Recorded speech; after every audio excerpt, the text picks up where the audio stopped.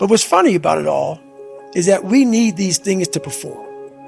But we don't take a second to realize the purpose is always there.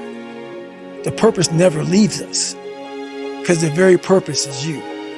You are always the purpose. There may be another purpose, like being a SEAL or going to college or whatever, but the main purpose in life is you. So if you wake up in the morning and you don't want to do something, you don't care enough about yourself. And that's what you need to really research is, man, why am I not doing this for myself? Because that is the number one purpose in life, is to better oneself. So that's the only purpose I've got. So the reason I give every day, even though there's no race or there's no school or whatever in front of me, is because I have pride in myself. Well, where do you go to? You wake up in the morning, it's cold, it's wet, it's dark, you've got no cartilage in your knee, you've got shitty shorts, whatever it is that's the issue today. It's warm on the couch, your missus says stay in bed, it's comfy, it's cozy, you've got work later on, you had an argument last night, you're slightly hungover. I know every motherfucker ain't gonna do nothing. So this is how you level up. That's how you level up. I know there's a whole bunch of people, but that right there, that fires me up. That makes me fucking happy what you just said. That brings joy to my life right there. Why? Because I know there's so many people that have the ability and just refuse to get off that couch. Refuse to study a few more hours. Refuse to go deeper, to go further. And that's where I gain the advantage. It's so easy to be great nowadays, my friend, and most people are weak. Most people don't want to go the extra mile. Most people don't want to find that extra because it sucks. It's miserable. It's lonely. You talked about that you were kind of, lonely by yourself. I was the same way. And that used to hurt me growing up. Now I fucking thrive in that shit. That's the only place to be. A lot of people, wonder, how did you become this? How did you become so vulnerable? How are you doing a podcast now when you were this kid? You overcame things. You fought them. And now this is what happens. This is on the other side of overcoming. You become very, very powerful when you overcome yourself. All those things you once cowered from, you were afraid of, when you face it eye to eye every day, you now become a person who has a great podcast. Let's say that there's someone listening who resonates with what you're talking about. They've been through trauma, they've been through hard times, but they keep breaking promises to themselves, and they're struggling to get off the couch, and they're having a pity party. How can they stop feeling sorry for themselves? That's difficult, because you have to want it. You have to want to be better. And it starts off with, you have to have pride in yourself. You have to have pride in yourself.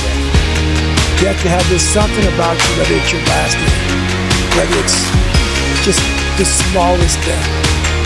You have to be proud of yourself. If you have no pride in yourself, I can't give it to you. Because you're always going to compromise. You're always going to fold. Always. I'm very proud of myself. That's why when people said, you know way you can do better than Can't Hurt Me. Roger that. We'll fucking see. Because a lot of people, when they think about working out, they think of it as being a physical thing. Right, no. I did it for mental. Yeah. People always say, my God, no, don't look at it like, I didn't care about losing weight. I didn't care about being the fastest person. I wasn't making the Olympics. I wasn't going to pros. I could barely read and write when I was a junior in high school. I wasn't going anywhere. I saw working out as a way for me to build calluses on my mind. I had a callus over the victim's mentality. So I watch these movies. I talked about Rocky last time I was on. I always equated training to mental toughening. Like, it always looked brutal. People waking up early and doing all these things and look horrible. It's like, wow, man, I gotta start doing that. Not to get better, bigger, and stronger, but that is what's gonna build me. That looks uncomfortable. That looks brutal. And getting up early, I don't wanna do that. So I made this long list of things I don't wanna do.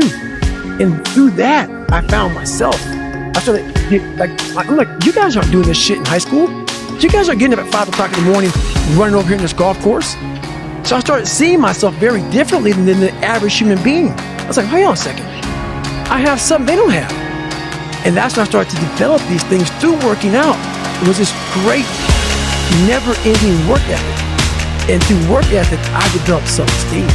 Now, is this something that you learned? Is this something you learned yourself from exercise yourself? Or is this something you've read or heard about? Like, what made you equate doing this and doing these difficult things physically to mental toughness, to being, this is the discipline that you need in order to get your life out of the situation you're in? So I never read anything. I could barely read, so I wasn't reading back then. I watched a lot of movies, and I was really big into visualization. And I always equated working out to struggle. And I struggled my whole life, but I ran from it. So I started realizing that I got to start facing the struggle, and I got to be mentally strong for the struggle. So that's why I started coming up with I'm training for life. Mentally, I'm training for life. I'm not training for to lift 400 pounds. And I found out on my own pretty much, is that through discipline, through self-discipline, through repetition, through tons of repetition of the same thing that you don't want to do, that's the key thing. Through repetition of things you don't want to do, you develop mental, like an armor for your mind. You start to armor your mind. Your mind's like, okay, you suffer every day. That's what we do. We do stuff that sucks every day. So then when the suck stuff comes, you're ready for it. And that's how I started coming up. I just started being very uncomfortable. And now it's like just a way of life. It's a crazy thing to figure out, though. It's like that you figured it out, and you didn't just figure it out, you embraced it. Like when you were talking about your senior year of high school, you were talking about your mirror being your accountability mirror. Like you had a radical shift. Mm-hmm. Like you just decided to not be a fucking loser, right? And to start tightening up and start holding yourself accountable and get ready for things. So I had this my whole life. I don't know if people believe in God or what. I don't care what you believe in.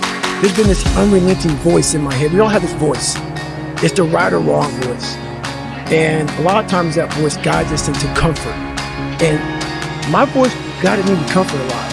But I have this other voice I heard my whole life say, hey, motherfucker, what are you doing? Oh, man, we got to go over here.